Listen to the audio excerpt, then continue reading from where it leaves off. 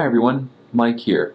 Today I'm going to be explaining to you a concept called depth of field, as well as how you can manipulate depth of field in order to enhance the storytelling of your photos and your videos. Looking in front of me, there's three different objects at three different distances from the camera. The car in the front is in an area we generally refer to as the foreground. The Terminator is in the area called the middle ground, and in the back, you have the background. These three different zones all play together, and you can change what's where and how everything's framed to adjust something called composition, which is something for a different video. But today, we're going to focus not on the three major zones, but how you can move at a much more granular level through the different planes of your photograph in order to adjust and enhance what the viewer is looking at.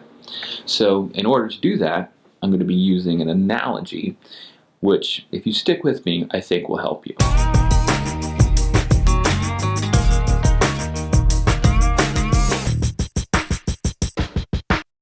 Most of the time when you pick up your camera, you're going to be trying to represent and capture a three-dimensional space.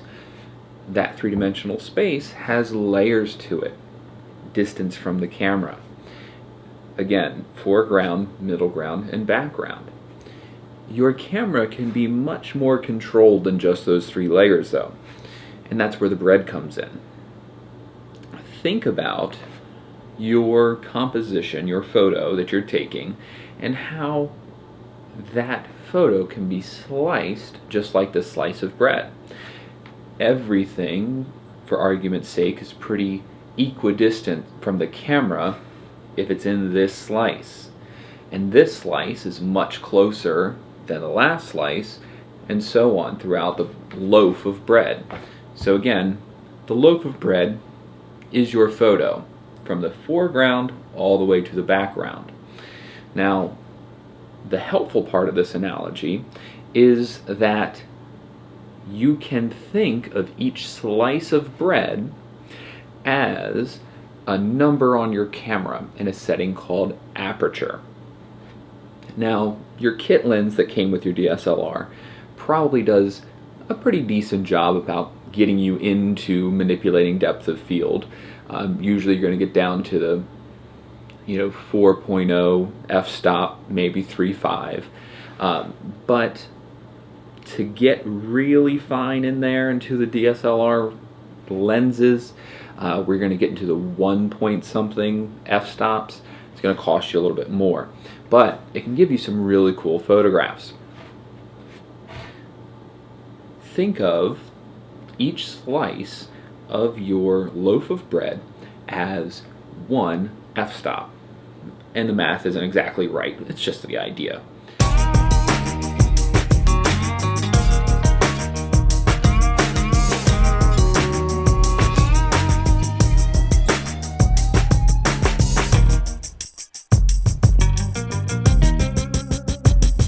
When you take your photograph, you can adjust your aperture setting and pick how many slices of bread in your photograph will be in focus.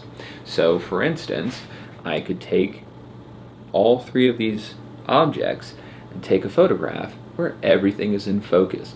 That's what a lot of point and shoot cameras do. It's what a lot of people look for when they're cameras. They want everything to be in focus, and that's what determines if it's a good photo or not. As an artist, you can select what is in focus by changing how many slices of bread you choose. So if I wanted this little Terminator guy here to be in focus, I could pick an f-stop of something like 1, you can see that right there. My loaf of bread, pretty much exactly his width. And if I focus my camera on him with an f-stop of 1, you wouldn't be able to see these other objects very well. They'd be out of focus.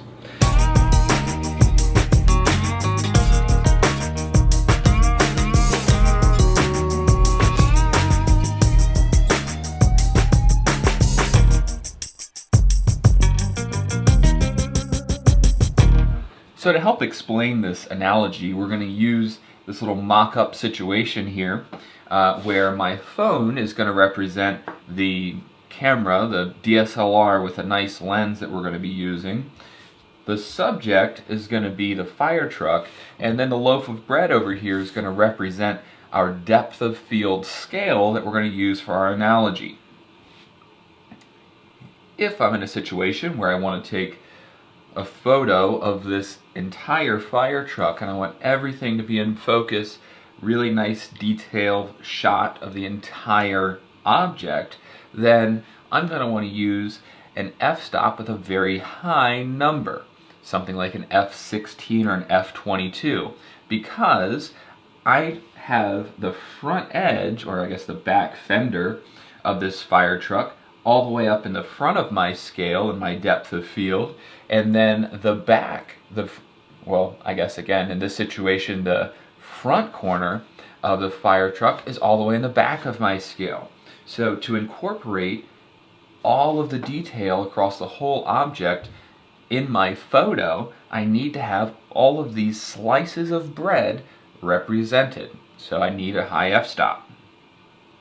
If the circumstance was different, where I wanted maybe to take a photo highlighting this driver for some reason, then the driver really only represents maybe 2 slices of bread here of this entire photograph. Using our scale, using our analogy here, then I'm going to use an f-stop equal to the number of slices of bread I'm using here, which is again 2.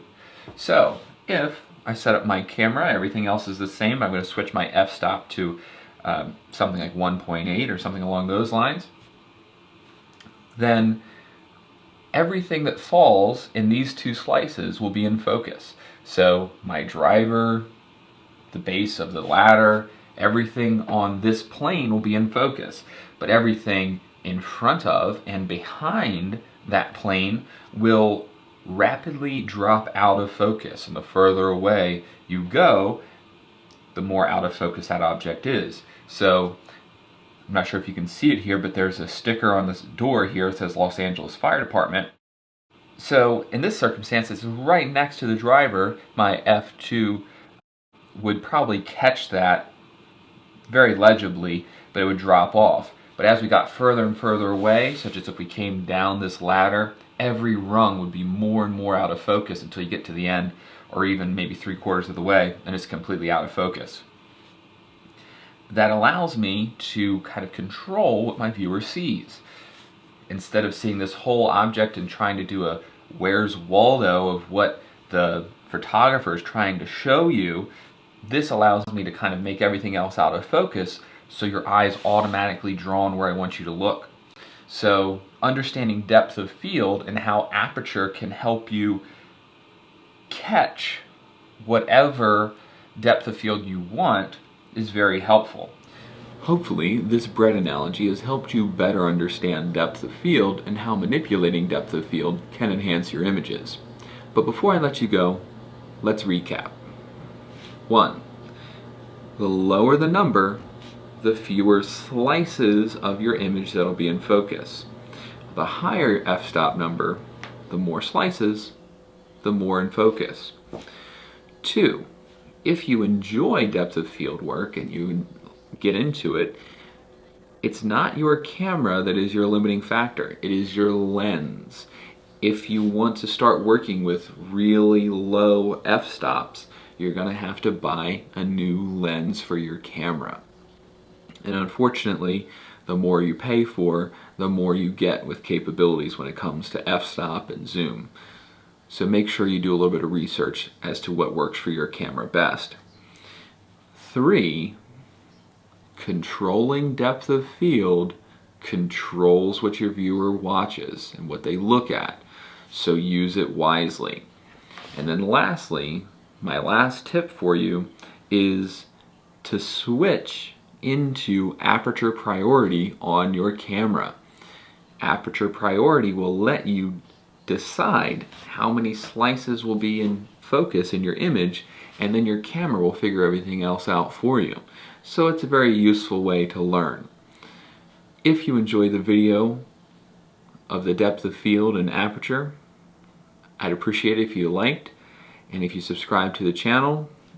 Over the course of the next couple of months, I'll be releasing lots of videos on stuff like this, basic photography skills and concepts, all the way into reviews for products and software and how-tos on time-lapse, lots of things in the pipeline. So the easiest way to get those is to make sure you subscribe to the channel. So thank you very much for watching, and I hope your images get dramatically better once you start using Aperture Priority.